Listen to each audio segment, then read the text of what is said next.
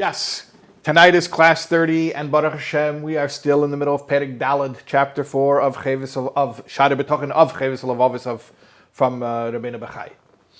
And we've been talking about the 7 areas of life in which you have to have bitachon in Hashem. We spoke about the first area, which was health stuff that has to do with your body, your person. 2, then we spoke about parnosa stuff, having a livelihood, money, paying bills. 3, we started speaking about our relationships with others, and that's what we've been talking about the past couple of nights. And as promised, everybody wanted to know, well, what about our enemies? What about the people we're fighting with? Are we going to talk about those people too? Because Rabenu Bachaye mentions them when he gives a list of all of our different relationships. He mentions enemies in the list of relationships. Okay, so tonight we're going to talk about our relationships with our enemies. All right. Let's jump right in.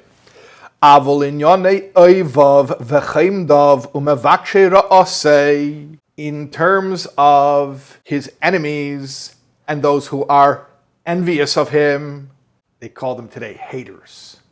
You're haters. And those who seek his bad, they seek harm for him. 3 categories there. Yivtach binyonehem ala beita yisale. He should trust in the Creator regarding them. V'yisbil cherposam, and he should endure their scorn. Okay, that's it. Oh, you thought Rabenu Bachaye was going to tell you how to get vengeance on your enemies. No, you didn't even think that. Of course you knew Rabenu Bachaye was going to tell us. Let it go. It's not your problem. Let Hashem deal with it. That's it. And that's the biggest bitachon, because, bitachon really is letting Hashem be Hashem. Letting Hashem do his job so we can do our job. And by the way, what's our job? A little foreshadowing here, but that's the next thing we're going to get into, is we're going to transition from the first 3 categories to the second set of 4 categories. Remember, we said there's 7 matters that we're dealing with. And these are inyone elam hazeh, secular matters, worldly matters. When we're going to deal with the spiritual matters, then there's a little bit more of an onus on us because of free will, moral free will. You can't rely on Hashem to make you a mensch. You got to become a mensch. But when it comes to worldly matters, meaning how the world is treating me, how life is treating me, you got to really just make the vessel, like we spoke about, and then you got to let go and let God, let Hashem run things. So I don't think anyone's surprised here that Rabenu Bachaye is telling us when it comes to people who we are in a strained relationship with, just let it go. Don't try to get any revenge. And in fact, don't even try to stop them. Just endure their scorn. Va'al yigmel lehem kifa'alam. Don't pay them back what they are due. Ach yigmelem chesed, but rather bestow kindness upon them. V'yasa lehem kol ma sheyuchal la'aseh min hatayv. And he should do for them any favor that he can do. Do a favor for your enemy. V'yizkir b'libay shetei altay v'nizkei b'yada beita yisale. And he should remember that his well-being and his injury are in the hands of the Creator. May he be exalted. What's the point here? The point is, why do you call this person your enemy? Because they hurt you? They hurt you. They didn't hurt you. Nobody can do anything to you. No, you were hurt. I'm not saying, God forbid, I'm not saying you weren't hurt. You were hurt. But they didn't cause something to happen to you. This is what we call not idolizing the people who hurt us. What do I mean, not idolizing them? I don't idolize him. I hate him. Well, you turned him into an idol. What does that mean? What's an idol? Idolatry is attributing uniquely godlike properties to anything or anyone other than God. Well, let me tell you the most uniquely godly property, at least when it comes to our lives, and that is that Hashem is the sole author of our story. The minute that we think that some other character in our story has assumed authorship over our story, that's turning that person into an idol. Meaning, if we really, really believe everything was fine, my life was on one sort of direction, one course, and then one day I ran into so-and-so and they did this damage to me, and now, since that time, my life's not my life, everything got knocked off course, and whatever Hashem had planned for me, now it's all lost. Okay, so basically you're saying that this person became a co-author. They assumed co-authorship over your life. In fact, not only on par with Hashem, but more powerful than Hashem, because Hashem had one plan for you, and now that plan's gone because of this person's bad choice. So that is really idolizing the victimizer, the abuser, the offender. We have to take that idolatrous power away from them. And we can take it from them because we gave it to them. We're the ones who casted them in that role of co-author of our lives. We have to take that away. We have to say that's not true.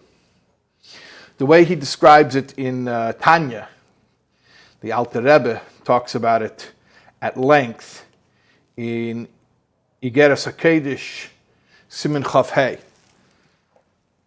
So over there he speaks at length about how, first he introduces the biblical story of David HaMelech and Shimi ben Gera, that Shimi ben Gera cursed David. And David said that Hashem made him curse. Hashem told him to curse. When did Hashem tell him to curse? And the Alter Rebbe explains, everything that exists in this world is because of Dvar Hashem. Hashem is speaking the world into being every single second.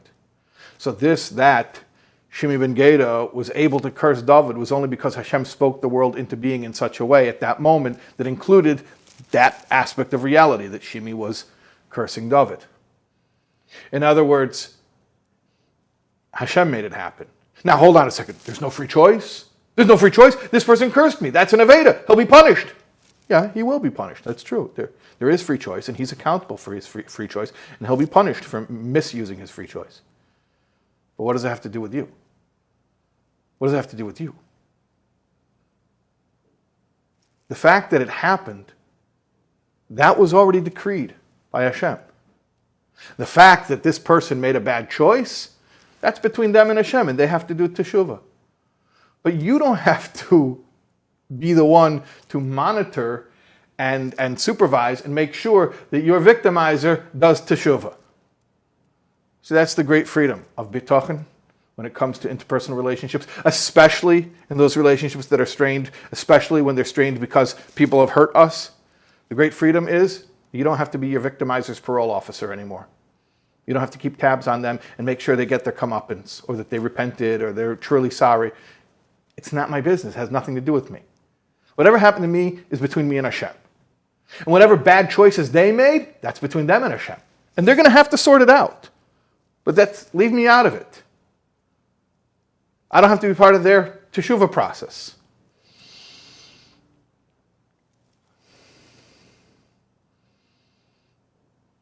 Remember we spoke about it a few lessons ago? The three-card Monty. And that mashal, and also about the Milgram experiment. Yeah? Remember we're giving metaphors to explain the paradox of how there could be absolute hashgacha pratis on one hand and free choice simultaneously on the other hand. And basically what we said is that nobody controls outcomes, only Hashem controls what actually happens. So therefore, where is human accountability? Human accountability is over your choice. And we sort of lump together a choice with causation. Well, it's not really causation because a person can't force Hashem's hand and make something happen that Hashem doesn't want to happen. Rather, it's like we said, megalgun schos al yidei zakai and megalgun chayiv al yidei chayiv. That when somebody's in a good place in life, they are zeicha, they merit to be the deliverer of good stuff. And when they're in a dark place, they are the deliverer of bad stuff. And it's not to justify it. Doesn't, I mean, they still are accountable for their choices, but it sheds light on it. You know, hurt people, right? You heard that before? Hurt people, hurt people. People who have been hurt end up hurting others. Not that they're doomed to do so, and not that it exempts them, that they continue the cycle of abuse. But I'm just saying it explains it. It explains it. And therefore, the upshot of this is that I can be completely 100% confident that whatever it is that happened to me, harm I'm talking about, negative things that happened to me, through the agency of other people, all of that stuff was exactly what Hashem intended for me, for my benefit, to uplift me. And I would never wish it on somebody else, because somebody else's harm can never benefit me. In fact, I wouldn't wish it on myself. But after it's already happened to me, I wouldn't wish it away. Couldn't wish it away. This is what I needed. And some people come into my life as teachers. Other people come into my life as lessons. It's a very important thing that I learned. Some people come into my life as teachers. They share wisdom with me. Other people come into my life as lessons. A hard-learned lesson. But we grow from everything. Everything's a growth experience. And most importantly, everything is bashert. It's all orchestrated. Hashem is lovingly and wisely orchestrating it all. And they're not making anything happen to us that's not supposed to happen to us. That's the most important thing. So bitachon in our interpersonal relationships, even in those relationships that caused us great pain, especially in those relationships that caused us great pain.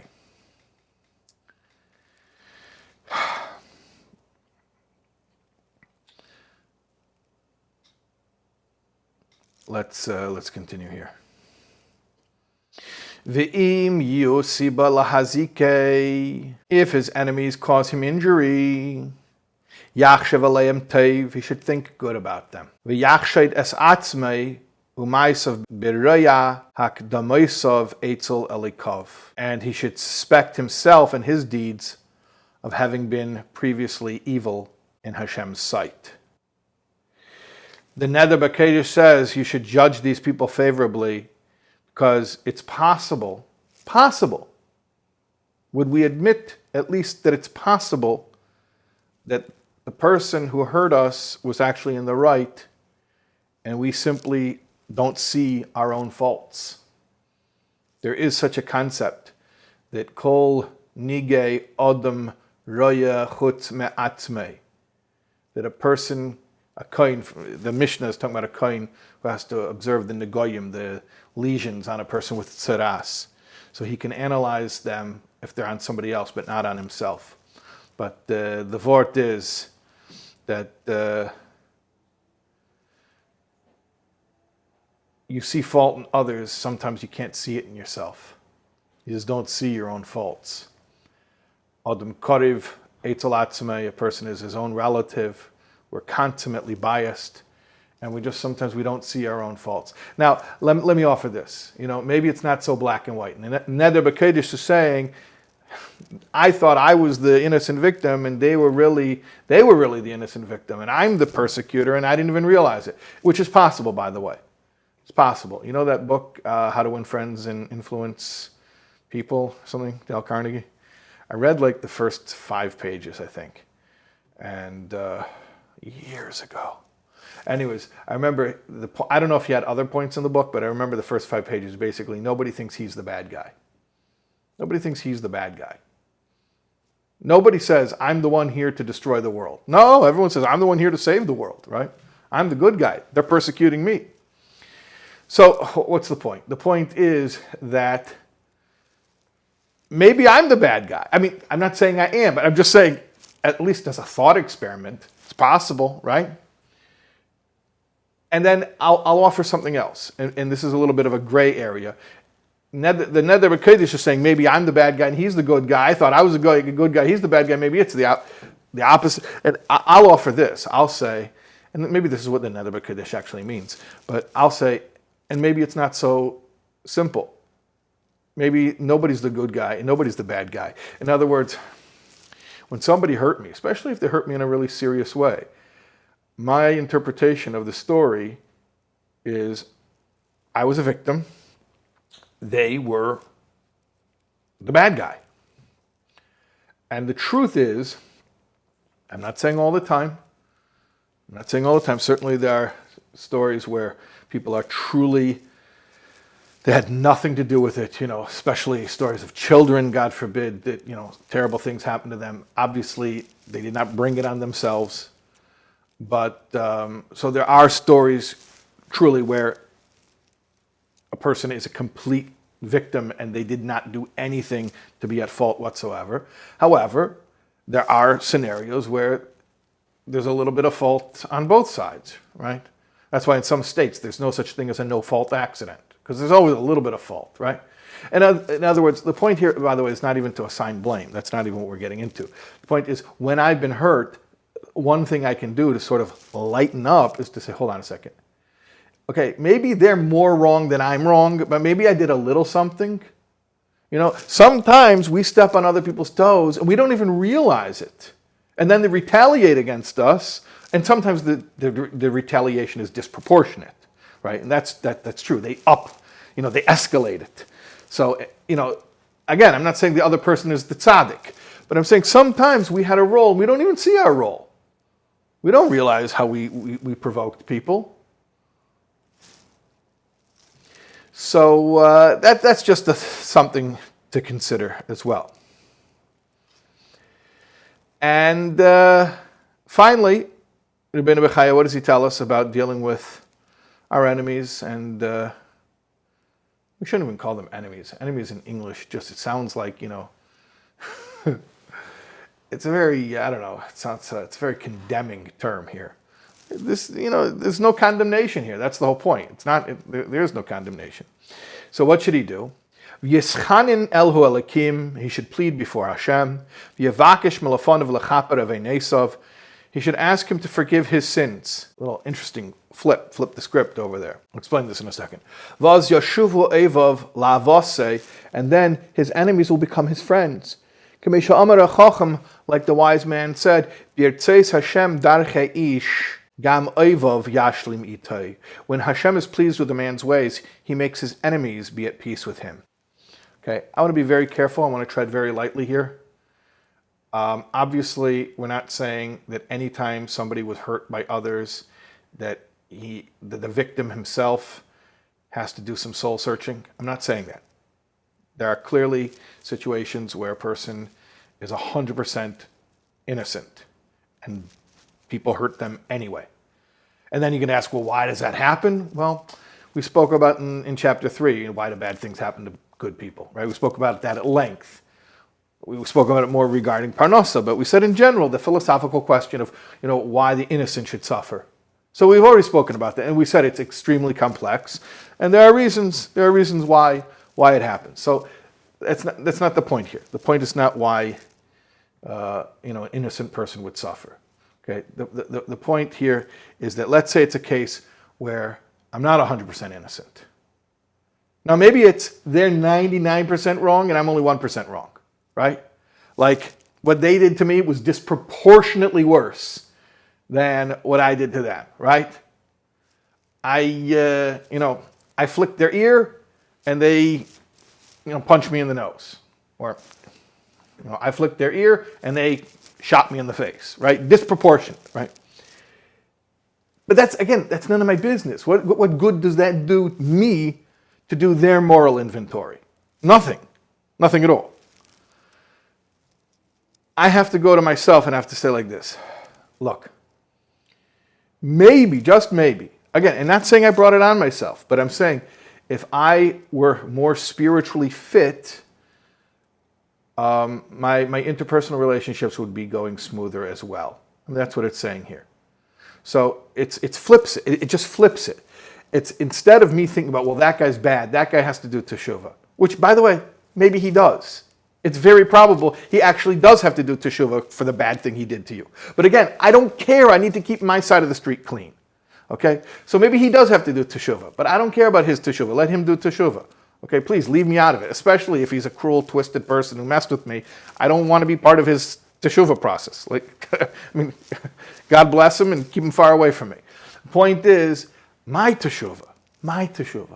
And if I can mine my own pain for some spiritual treasure and find an opportunity to do some soul searching, that's invaluable. I'll tell you about one of the most clever spiritual tools that I know about. It's called the fourth step in the 12-step program, and it's a moral inventory, and part of the moral inventory is the resentment list. The resentment list is very, very clever the way it's done, because there's columns. So the first column is just go back through your life and list everybody you have a beef with. Your kindergarten teacher who called you stupid, right? Put them on there, right? Everyone. Family, friends, institutions, religion, God, anything. Fear nothing. If you have a beef with them, if you have a resentment, write it down. Write it down. Then the next column, what did they do to you? Oh, I have no problem telling you that either. I could tell you what they did, right? I'll tell you their sin. Then we go a little bit deeper. What part of you did that hurt? What part of you did that threaten? What part of my ego was threatened? Was it my self-esteem? Was it my sense of security? The part of me that was taken away or threatened by what they did. And now, once I'm hovering around my own ego and starting to unpack it, I ask the more painful question, but this is where the real treasure is. In what way did I put myself out there to be hurt? And again, I'm not saying there are not situations where somebody is completely an innocent victim, because there are situations where someone's completely an innocent victim, especially like a story with children. But there are situations, some situations, where as adults, we can find a little bit of our own role in the drama. And again, it doesn't mitigate. It has nothing to do with it. It's not like I'm writing a letter to the judge and saying, "Dear judge, please be lenient on my abuser because I want to tell you what I..." No. Again, it has nothing to do with them. This is not for them. They're not going to know about this. This is for me. This is for me. I got hurt. Now I want to mine that experience for spiritual treasure. One thing I can do is I can start to analyze myself, especially if I see patterns. That's very, very helpful if I see patterns. Like, do I keep putting myself out to be hurt in the same way over and over again? There's that old song, looking for love in all the wrong places, right? Do I keep putting myself out to be hurt in the same ways by the same kinds of people? Again, it doesn't absolve them. It does not absolve them for doing it. They're still wrong for taking advantage of it. But I don't care about that. That's not going to help me have a spiritual awakening. My spiritual awakening is going to happen when I figure out, how come I keep getting in these situations where the same kinds of people do the same kind of bad stuff to me? And again, I'm saying it for the 100th time, it doesn't make it all right that they did it. Not at all. But I don't care about that. Right now I'm trying to get some insight into my situation that'll help me grow as a person, help me get closer to Hashem. And if there's ego stuff and my own insecurities are causing me to do foolish things, basically, let's put it in the language of Bitachon. Because of my lack of relationship with Hashem, I've been looking to fill certain needs in my relationship with people. People are unreliable, people are imperfect, and sometimes people can even do evil things. And because I'm trying to get needs met that can really only be met in my relationship with Hashem, and I try to get those needs met in human relationships, I keep getting hurt. And it's not excusing them for hurting me. But it's very helpful for me to at least see, to be aware, what is it that I keep looking for? And how is it that I keep getting hurt?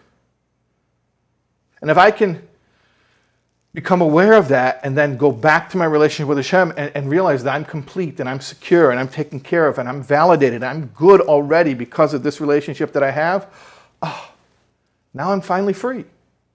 Now I'm free that next time the red flags get lifted and I see that warning bells are going off, or I hear warning bells going off, and I see somebody's unhealthy, I actually have the ability to stop and say, "Oh, no, I'm not doing this again." No, I'm better than that. I owe myself more respect than that. You see? So it's interesting how Rabenu Bachaye flips it, that, one of the ways that I close up these wounds is my own introspection, my own teshuvah. What do they have to do teshuvah? Yeah, maybe they do. They probably do. They hurt you. That's a sin to hurt someone, so they probably do have to do teshuvah. But I don't care about their teshuvah. I care about mine. Sorry to say.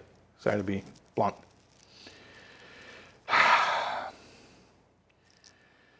Anyway, they say that a resentment against somebody, having a resentment against somebody is like drinking poison so that they will die.